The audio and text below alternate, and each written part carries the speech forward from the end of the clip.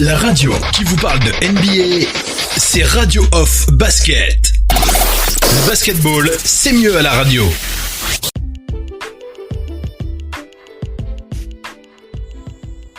Bienvenue les amis pour cette quotidienne FM NBA. Vous êtes bien avec Oncle Phil Basket.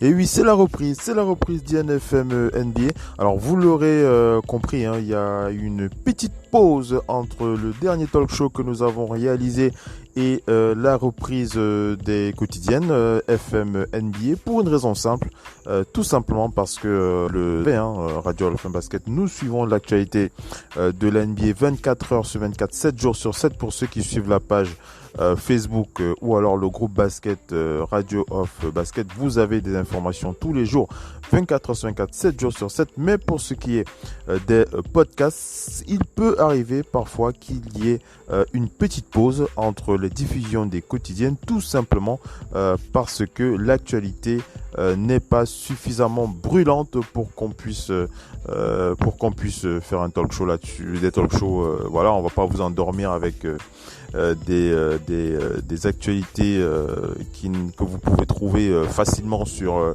les autres médias, puisque vous avez d'autres médias d'autres médias sur Internet. Les médias sur Internet sont connus pour ce qui est de la diffusion des infos NBA. Vous avez tout ce qu'il vous faut là-dessus, mais pour ce qui est de Radio FM Basket, pour ce qui est des infos, notamment au niveau des podcasts de la radio, une diffusion sur la radio, sur notre site internet, on fait attention à faire le point sur les actualités qui en valent véritablement la peine. Et vous savez, avec le Covid-19,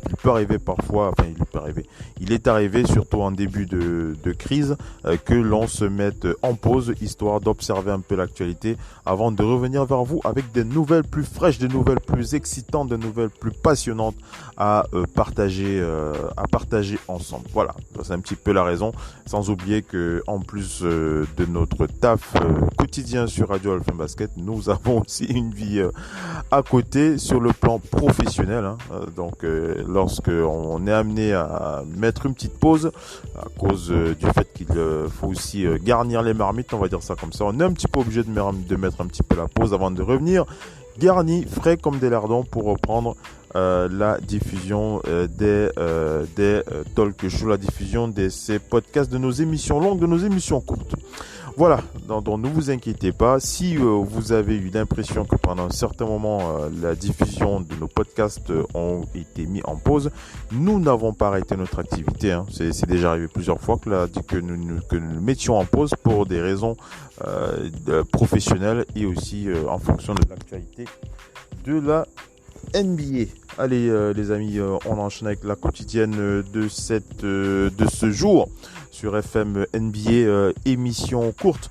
Alors pour ceux qui suivent l'actualité, on a eu une petite pause avec notamment l'actualité NBA. Vous savez que l'un des éléments les plus importants de l'actualité, c'était surtout cette actualité avec les problèmes sociaux aux États-Unis, cette actualité George Floyd qui avait bousculé beaucoup de choses. D'ailleurs, cette actualité n'est pas terminée, elle est toujours en cours, mais elle n'est plus aussi forte qu'avant. Et c'est vrai que ce dont on parle maintenant du côté de la NBA, c'est la reprise de la saison qui avance à grands pas. Il faut le dire, il ne reste que quelques jours avant le 30 juillet pour la reprise, et nous suivons au jour le jour comment se passe cette reprise, avec notamment l'arrivée des franchises NBA dans la bulle du côté d'Orlando. Si vous n'avez pas vu les vidéos des équipes, les photos des équipes qui entrent dans cette bulle, qui sont donc accueillies dans cette bulle, vous pouvez consulter la page Facebook Oncle Phil Basket, puisque nous diffusons tous les jours des vidéos, des photos des joueurs dans cette bulle. On partage avec vous les contenus publiés par les joueurs, les journalistes, les experts NBA pour ce passage dans la bulle. Voilà, c'est une véritable story, cette fin de saison dans la bulle du côté d'Orlando.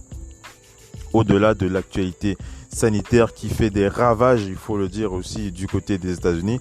D'ailleurs, pour ceux qui s'en souviennent, le dernier talk show que nous avions réalisé il y a de cela moins de 14 jours concernait notre peur, notre crainte pour l'annulation de la saison NBA, les possibilités dues à l'annulation de la saison NBA qui est toujours d'actualité. Il est toujours fort probable que la saison soit annulée, mais pour cela, il faut des conditions bien spécifiques. Notamment, on va revenir sur ce qu'avait déclaré Adam Silver lorsqu'il a évoqué le cauchemar que la NBA veut éviter, à savoir des contaminations à l'intérieur de la bulle qui serait une véritable catastrophe pour la NBA. Donc voilà un peu l'une des hypothèses cauchemardesques que nous et que tous les fans de NBA ne voudraient pas voir arriver. Quoi qu'il en soit, on va partager avec vous donc cette actualité, plusieurs vidéos, photos des joueurs, notamment on va citer Evan Fournier, on va citer le Français du Magic d'Orlando qui a été l'un des premiers à partager son quotidien dans la bulle d'Orlando. Si vous n'avez pas vu les vidéos d'Evan Fournier, je vous invite vivement à vous rendre sur la page donc le fil basket sur Facebook pour voir ces vidéos longues où vous le voyez entrer dans les hôtels, dans sa chambre. Vous le voyez d'ailleurs la dernière vidéo que nous avons diffusée, c'est la vidéo du Day One, la vidéo du Practice Day One qui a été diffusée sur la page Facebook Oncle Phil Basket, où on le voit dans cette salle avec ses lumières jaunes, enfin un petit peu jaunies, on va dire ça comme ça. Je crois que c'est dû au parquet d'ailleurs qui est tout jaune. Pour ceux qui n'ont pas vu ces vidéos, vous pouvez les voir sur la page Facebook Oncle Phil Basket. Il y a aussi d'autres vidéos publiées par les joueurs sur les réseaux sociaux. Donc voilà, la première dans une reprise d'une quotidienne NBA en deux parties. La première, c'est la mise au point sur les premières équipes qui sont arrivées donc dans la bulle. Et la deuxième actualité, c'est le petit bouleversement qu'a réalisé les Nets de Brooklyn, puisqu'ils ont signé en leur sein un joueur que j'apprécie particulièrement. Je l'adore tout simplement. C'est notre papy à nous, mais un papy extrêmement perturbant pour ce qui est de ses dribbles et de sa capacité à scorer. 3 fois meilleur 6e homme de l'NBA. Si je me trompe, vous n'hésitez pas à me corriger, puisqu'il s'agit de notre cher papy Jamal Crawford. C'est du côté des Nets de Brooklyn. Jamal Crawford qui signe donc aux Nets de Brooklyn. On va faire le point sur Jamal Crawford aux Nets de Brooklyn. On sait qu'il y a aussi la signature d'un autre joueur qui doit se faire. On va en parler. On va faire le point sur Jamal Crawford, puisqu'il y a un débat du côté d'ESPN. Cette question qui a été posée il y a encore 30 minutes du côté d'ESPN. Est-ce que Jamal Crawford va permettre aux Nets de passer un cap? Est-ce que Jamal Crawford va faire bouger les lignes du côté des Nets de Brooklyn? Il y a des raisons de penser que oui et il y a des raisons de penser que non. Quel est votre avis? Je vais vous donner le mien. Je vais vous demander aussi de vous exprimer. En attendant, voilà un peu ce qu'il y a dans le programme de cette quotidienne FM NBA avec Oncle Phil Basket. Restez bien connectés. On enchaîne avec la suite.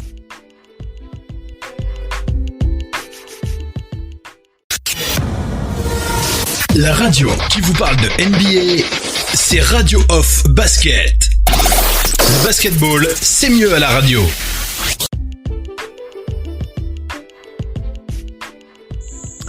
Allez les amis, on enchaîne avec cette quotidienne FM NBA. On va commencer par la NBA G League. Allez, on va commencer par la NBA G League.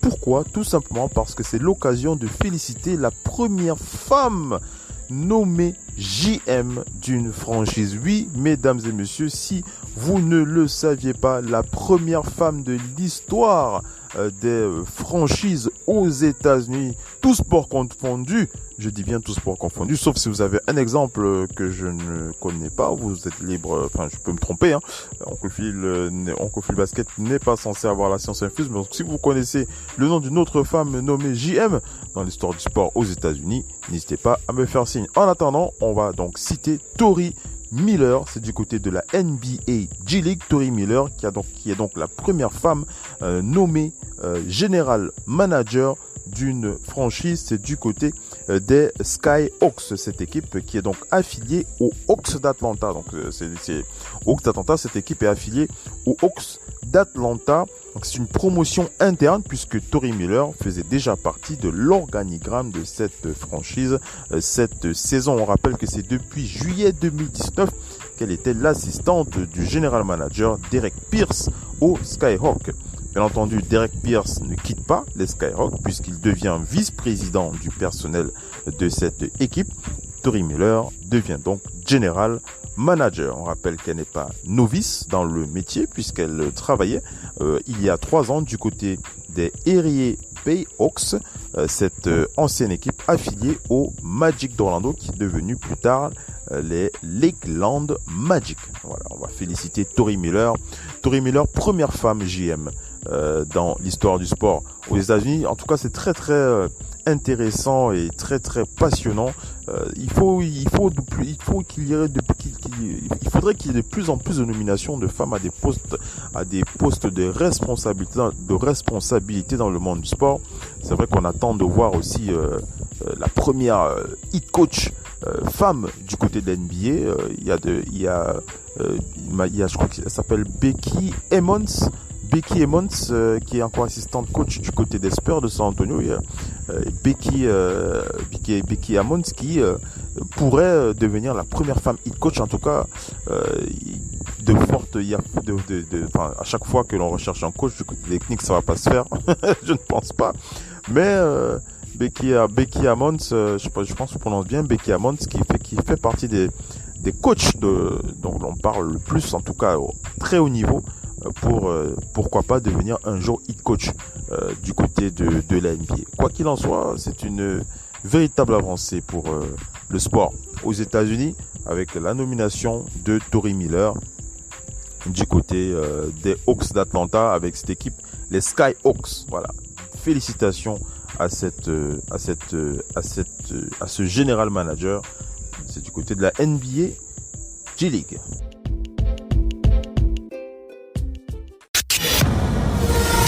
La radio qui vous parle de NBA, c'est Radio Off Basket. Le basketball, c'est mieux à la radio.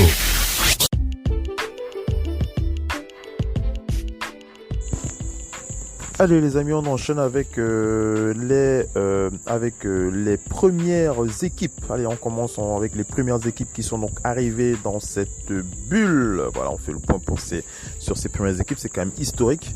Donc on va en parler, on va quand même préciser que la première équipe, logiquement, c'est celle d'Orlando, hein, tout simplement parce que vous avez le Magic d'Orlando qui habite donc, qui vit sur place. Donc les Orlando Magic, les joueurs du Magic d'Orlando qui sont donc les premiers joueurs à avoir intégré la bulle. Et à cette équipe, on va donc ajouter les Nets de Brooklyn, le Jazz d'Utah, les Wizards de Washington, les Suns de Phoenix et les Nuggets de Denver qui, après avoir fini leur quarantaine de 2 jours, ont donc intégré la bulle. Donc voilà, on le rappelle, on le répète, vous pouvez voir l'intégralité des vidéos puisqu'on poste tous les jours des petites vidéos où on voit ces joueurs on voit leur vie un petit peu dans cette bulle. Alors qu'est-ce qu'on va dire pour le début de l'intégration de ces joueurs, de ces équipes dans cette bulle? On va tout simplement préciser que voilà, on a vu notamment chacun de ces joueurs pénétrer dans cette bulle, dans leur chambre.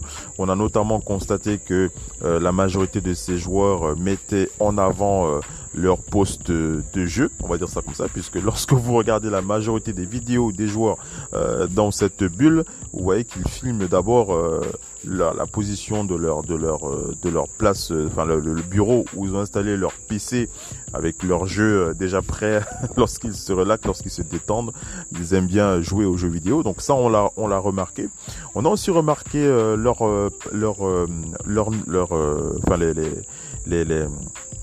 on va dire le package concerne leur nourriture, on va dire ça comme ça, puisque chacun des joueurs, lorsqu'ils sont arrivés, ont reçu de la nourriture, de quoi se nourrir.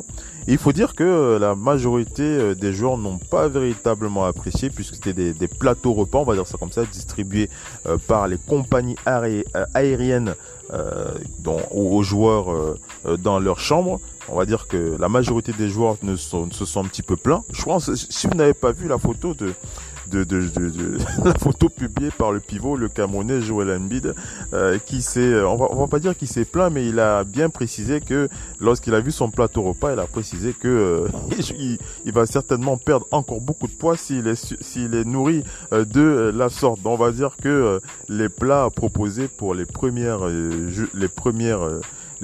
heures des joueurs NBA dans la bulle ne sont pas les plats les plus succulents. Donc, ils se sont un petit peu plaints pour ces plateaux repas. Mais voilà, la NBA a précisé qu'ils devraient recevoir des meilleurs plats lorsqu'ils vont se rendre dans les restaurants de leurs hôtels. Voilà, donc quelque chose qu'il faudra relativiser de la part des joueurs NBA. Donc, de toute façon, ils sont bien arrivés les uns après les autres. Vous pouvez voir les vidéos des premiers entraînements et les vidéos des premières visites de chambre, de couloir. Vous avez l'intégralité de ces vidéos sur la page Facebook Oncle Phil Basket. On va notamment le préciser. Parmi l'arrivée de ces joueurs, il y a aussi des arrivées en mode dispersé. On va notamment préciser du côté des Clippers, puisque Kawhi Leonard n'est pas encore arrivé du côté de la bulle. Il n'a pas pris le même vol que celui de ses coéquipiers, et il a notamment, pour justifier son absence, il a précisé que c'était pour raison familiale. J'espère que ce n'est pas son oncle qui a fait des misères et qui l'empêche de venir en même temps que les autres. Quoi qu'il en soit, il devrait pas tarder à arriver. On a aussi du côté des Rockets avec James Harden, Russell Westbrook et le Camerounais Luc Mbamute, et aussi l'assistant John Lucas qui n'était pas dans l'avion de l'équipe. Alors officiellement, l'équipe n'a pas indiqué pourquoi est-ce que ces personnalités n'étaient pas dans l'avion avec les joueurs, mais ils ont confirmé qu'ils vont rejoindre le reste de l'équipe par leurs propres moyens. Ils n'ont pas confirmé pourquoi. Est-ce que c'est lié au Covid-19? On ne sait pas. Mais on sait que la NBA avait interdit au club d'évoquer les contaminations de certains joueurs, même si il y a certains joueurs contaminés, certaines révélations sur des joueurs contaminés qui sont diffusés sur les réseaux sociaux.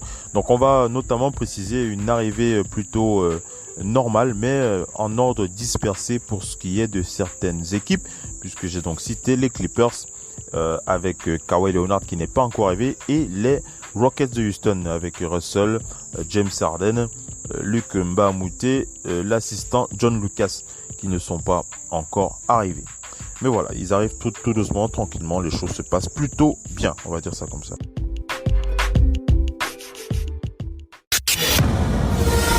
La radio qui vous parle de NBA, c'est Radio Off Basket. Le basketball, c'est mieux à la radio.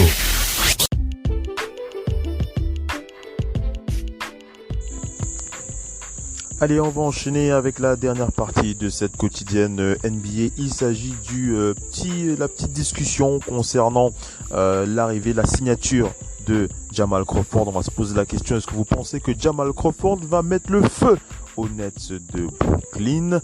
Moi, j'ai des raisons de penser que oui. Il y a aussi des raisons de penser que non. Mais avant cela, on va rappeler que les Nets ont donc confirmé donc la signature de Jamal Crawford et aussi celle de Michael Beasley qui était encore en discussion il y a encore 24 heures. Mais voilà, c'est confirmé. Michael Beasley va donc aussi rejoindre Jamal Crawford aux Nets de Brooklyn. Ils ont aussi signé un jeune intérieur de 2,6 m pour le reste de la saison. Il s'agit, je vais vous donner son nom, il s'agit de Donta Hall. Donta Hall qui n'a pas été drafté lors de sa sortie en Alabama la saison dernière. C'est un intérieur plutôt intéressant qui a tourné en NBA G-League à 15,4 points, 10,6 rebonds et il tire à 67%. avec sa team en NBA G League, les Rapids Drive. Donc suffisant pour intéresser les Pistons qui lui ont offert ses premières minutes NBA pour 4 matchs. Donc le voilà donc à Brooklyn où il joue une belle opportunité de jouer puisque Jarrett Allen qui est le seul véritable intérieur des Nets de métier qui est le seul véritable intérieur de métier dans cet effectif. Donc voilà, on va souhaiter bonne chance à Donta Hall. Mais au-delà de cela, on va plutôt enchaîner avec Jamal Crawford. Jamal Crawford, c'est la sensation de la semaine. La signature de Jamal Crawford, c'est la sensation de la semaine du côté des Nets de Brooklyn. Pour ceux qui ne le sauraient pas, Jamal Crawford, c'est quand même un joueur qui a atteint je crois qu'il a atteint la quarantaine. Hein. Alors, c'est quoi l'âge exact de Jamal Crawford? Je veux pas me tromper comme ça, hein. On va le googliser, hein. Je veux pas perdre mon temps, mais on va le googliser. Voilà, il a 40 ans, il est né le 20 mars 1980, Jamal Crawford, il a 40 ans, mesdames et messieurs. Et on a de quoi se poser la question. Est-ce que vous pensez que Jamal Crawford va mettre le feu aux Nets de Brooklyn? J'ai des raisons de penser que oui, j'ai des raisons de penser que non. On rappelle que Jamal Crawford est quand même le seul joueur de l'histoire de la NBA à avoir scoré 50 points dans 4 équipes différentes. C'est le seul joueur à avoir réalisé cet exploit. Ça vous pose directement les bases et ça vous explique aussi pourquoi est-ce que c'est assez compliqué de départager d'être clair concernant ce débat. Écoutons d'abord les experts NBA qui ont discuté sur la question. Il s'agit d'une discussion entre Max Kellerman et Kendrick Perkins qui ont donc débattu du côté d'ESPN sur l'apport de Jamal Crawford aux Nets de Brooklyn. Est-ce que Jamal Crawford va faire bouger les lignes? Est-ce qu'il va mettre le feu aux Nets de Brooklyn? On écoute Max Kellerman qui, lui, vous allez le constater, est contre. Il dit non, il dit Jamal Crawford ne va pas faire bouger les lignes et il est vivement combattu par Kendrick Perkins qui lui pense que oui, Jamal Crawford va mettre le feu aux Nets de Brooklyn. On écoute les deux panélistes. Nothing series continues today with a look at the Brooklyn Nets, who currently have the 7th seed in the East. The Nets are making some additions to the squad after entering the NBA bubble in Orlando earlier this week with just 12 players. Filling one of the vacant spots, 40-year-old veteran Jamal Crawford. Now, Jamal Crawford hasn't played this season, though over the course of the veteran's 20-year career, he did average 14.6 points and 2.2 rebounds per game. So, Max, will Jamal Crawford make a difference in the bubble? No. Jamal Crawford can still play NBA basketball. When last seen on an NBA floor at the age of like 38 or 39, whatever he was, he can still go get his own shot because he's one of my favorite players. My dad's favorite player, I think, in the last 20 years. But he had already been severely diminished from his prime. Let's be honest. He was never a defender. But at that, he was still a rotation piece. He could still be a sixth man who could go get you a bucket in a big moment, right? And those guys are valuable. Not everyone can do that. Even at 40, I'm assuming he can. But guys, the Nets, if the playoffs started today, or even tomorrow, or a month from now, are going to play who? Either the Bucks, or the Celtics, or the Raptors, and they're playing them without their 5 or 4 of their 5 best players. Dinwiddie's not going to, DeAndre Dinwiddie aren't going to be there, and neither is Kevin Durant, right? So, no, the Nets are not going to beat any of the teams I just mentioned, with or without Crawford. It's a nice pickup. He can still play, I believe. I think he can still play in the NBA, but it ain't going to make a difference. Not for the Nets, not right now. Max, listen, the Nets had a lot of options. They could have went got some younger talents. There's still some free agents out there right now that they could have went got. But they went got a 40-year-old Jamal Crawford, a walking bucket. You talking about a guy who came out of his mother's womb playing the game of basketball. Some people have to work on their skills. Some people it just comes natural to. Jamal Crawford is one of those guys. When you talk about Jamal Crawford, Max, just think about it. Just last April, he dropped a 50-piece wing dinner, spicy. when he was on the Phoenix Suns. To me, it's crazy that he's just now getting picked up, and the season is almost over with, and we're going into the playoffs. I thought the team should have been signed Jamal Crawford. Jamal Crawford reminds me of this old school dude that's from my hometown in Beaumont, Texas, we used to call Cadillac Red. Cadillac Red used to pull up, Max, he used to have his beer in his hand, a cigarette in his mouth. He used to drop the beer down by the goal, take the cigarette out of his mouth at the age of 58 and give us that work. Jamal Crawford is a walking bucket. It's a reason the Brooklyn Nets picked him up over all the other free agents that's out there that's younger than him, because they know that he still could produce at a high level. So yes, he is going to make a difference on his Brooklyn Nets team, because he's a bucket. Nah. You better put some respect on his name, Max. He's a bucket. You have to put some respect on this man. Vous l'avez entendu, Kendrick Perkins. Allez, on va arrêter là ce mano à mano entre ces deux hommes, puisque cet échange dure une bonne dizaine de minutes et on va pas aller en longueur là-dessus. Je vais rapidement vous donner mon avis. Allez, vous l'avez entendu, Max Kellerman dit clairement non. Jamal Crawford ne va pas bouger les lignes pour cette fin de saison avec les Nets de Brooklyn. C'est un excellent joueur de basket qui est toujours capable de scorer, mais il ne va pas révolutionner les choses aux Nets de Brooklyn. Et il est donc pris à partie par Kendrick Perkins qui dit vous devez respecter ce joueur. Il est capable de mettre le feu, de bouger, de faire bouger les lignes. Il a rappelé bien entendu que Jamal Crawford est quand même le deuxième meilleur scoreur de l'histoire de la NBA pour ce qui est des joueurs en sortie de banc. Deuxième meilleur scoreur de la NBA. Le premier c'est Lou Williams avec près de 12 000 points et Jamal Crawford il est à 11 000 quelque chose. Comme ça, j'ai pas le chiffre en tête, mais voilà, il a une capacité de scoring, en tout cas au niveau de ses capacités offensives, ne sont pas à mettre en doute. Donc voilà, il dit voilà, c'est une occasion pour Jamal Crawford de mettre le feu et de faire bouger les lignes. Et il dit voilà, il va le faire. Il va clairement le faire. Alors, qu'est-ce que Oncle Phil Basket pense de cela? On va passer à la phase analyse. Moi, je vais penser que oui et je vais penser que non. Je vais penser que oui. Pourquoi? Jamal Crawford va mettre le feu dans le sens du spectacle. Voilà, c'est mon avis. Jamal Crawford, c'est le joueur de playground par excellence. C'est le joueur qui vous met le feu avec ses dribbles, avec ses passes, avec ses pénétrations. Il est capable de tirer de loin, il est capable de pénétrer en tête de raquette, sur le côté, en ligne de fond. Il est capable de faire des crosses, il est capable de vous mettre sur les genoux, il est capable de mettre son adversaire sur les genoux. Même à 40 ans, on a vu quelques-unes de ses vidéos à l'entraînement il y a encore quelques semaines. Il est toujours aussi percutant. Voilà, il a plus ses jeunes années, mais il est encore capable de faire bouger. On l'a vu jouer même face à son fils. Il se laisse pas faire, le papy Jamal Crawford. Il est toujours aussi percutant. Donc pour moi, c'est le joueur. Je suis très très heureux. Vous devez le sentir dans ma voix au niveau de l'émotion. Je suis extrêmement heureux de savoir que les Nets ont signé Jamal Crawford. Les Nets qui ont quand même perdu beaucoup de joueurs, près de 7 joueurs clés quand même, qui ne vont pas être présents dans la bulle du côté d'Orlando.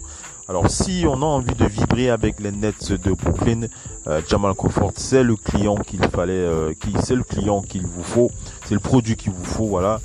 C'est le mec qui va vous mettre le feu. Si vous aimez le basket playground, regardez les Nets de Brooklyn, regardez Jamal Crawford, regardez-le jouer, vous allez kiffer tout simplement. Mais ce n'est pas le joueur qui va faire bouger les lignes sur le plan des performances de l'équipe, ça c'est sûr et certain.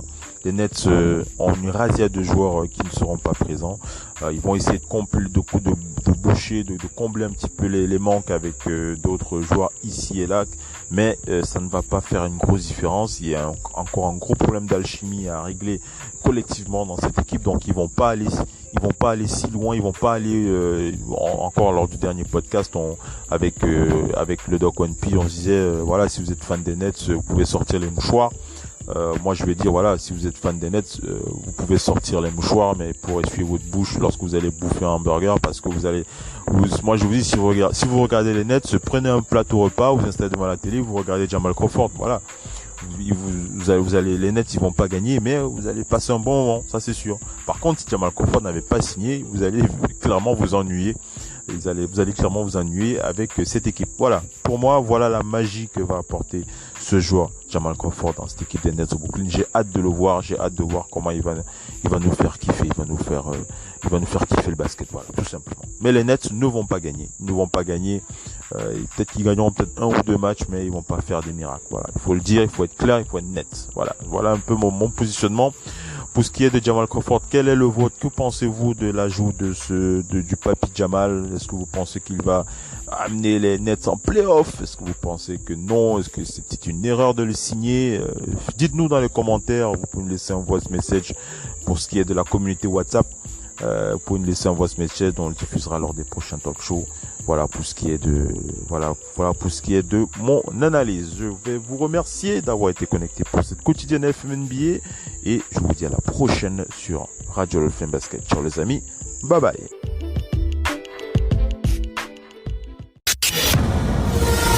La radio qui vous parle de NBA, c'est Radio Off Basket. Le basketball, c'est mieux à la radio.